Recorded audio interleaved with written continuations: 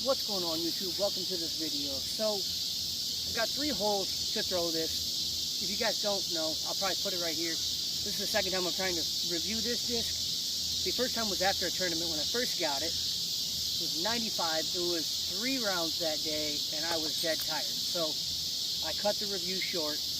I've got 3 holes on this course that I think I can throw this. Maybe 4 to give you guys a good idea. It's getting dark. So we're going to get this going, okay? This is the Captions thrasher Michiganin.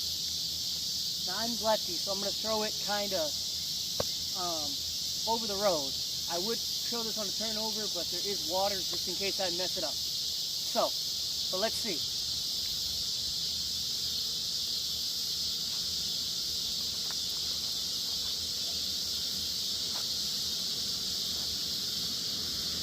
So I didn't get the distance I wanted, but I'm hoping to be able to show that it's overstable, but it's pretty neutral in the fact of whatever line you put it on, it's going to hold for a while. So let's get to the next hole and I can show you.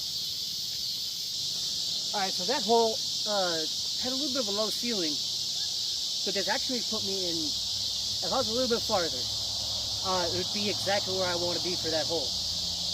So we're going to throw this on turnover because I think I need it. This is 356 or something like that. It's a long hole. I can't reach it. We're going to kind of put it, from me throwing this a few times, on a pretty good anhyzer. Because the basket's over here.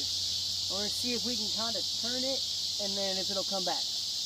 It should, but we'll see. I'm trying to decide how much anhyzer I want. Just for safety, we're going to go towards that dark tree.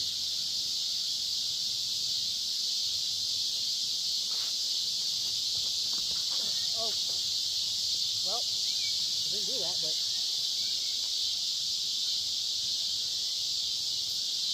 Well, that fought back a lot. I think that's actually where I can find it, too. I kind of threw that inside and way more turned over than I wanted to, but got some sneaky stability, and if you see it pans almost the whole way, so kind of nice actually.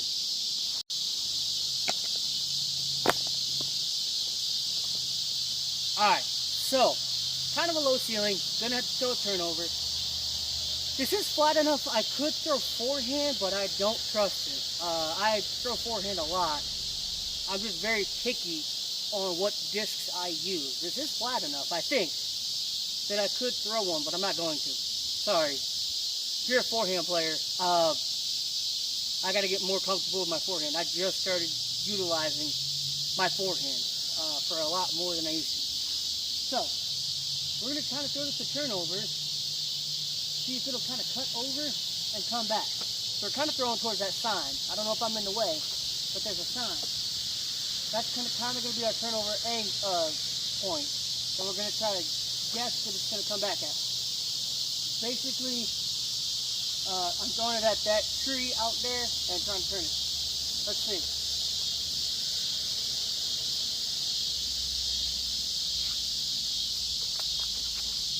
Oh, low. That was low, but it still turned over, still was on that line. I do like that disc, so. Alright, last throw with this disc. It's definitely not making my bag. It's not, I don't love it to push anything out of my bag. But I gotta say it's not bad. But I think this is actually a shot this disc will thrive on.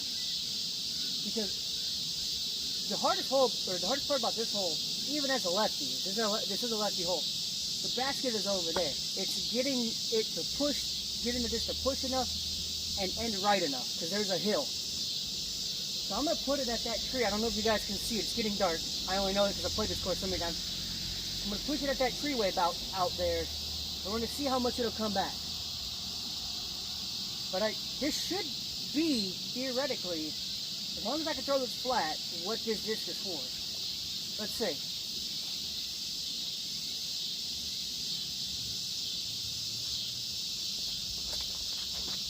Yes. Yeah. Push. So that's probably at the bottom of the hill. But that is so easy to do. Huh. Alright, well, on to the next, on to my thoughts, I guess. Let me go pick that up and walk to my car, and I'll do my thoughts in the car, because it is getting dark. And I need some time to think. Alright, hopefully this audio's not... Here, let me turn off my AC. Alright, I had to turn on my AC. I am cooking today. Ohio has been hot recently, so we're going to talk about this disc. So, Captions Raptor. Captions Thrasher. 12502. I don't think I said that in the beginning of the video. I like this disc. I do. It is a little overstable for me, but beat in, this thing would be money. The last hole, this was right at the bottom of the hill, 25 feet. I struggle to do that with my bag that I throw all the time. So, I don't think I gave it credit at first. See, I thought thrasher, I thought understable. And it is, because it holds that understability for a long time. You know, I can throw it like this and it will hold it for a lot of the flight. But it comes back. If I had to put it into anything close that I have in my bag, I would think the Grace. The difference with this and the Grace is this is not as finicky. My Grace can get finicky, and I have a new one in the bag.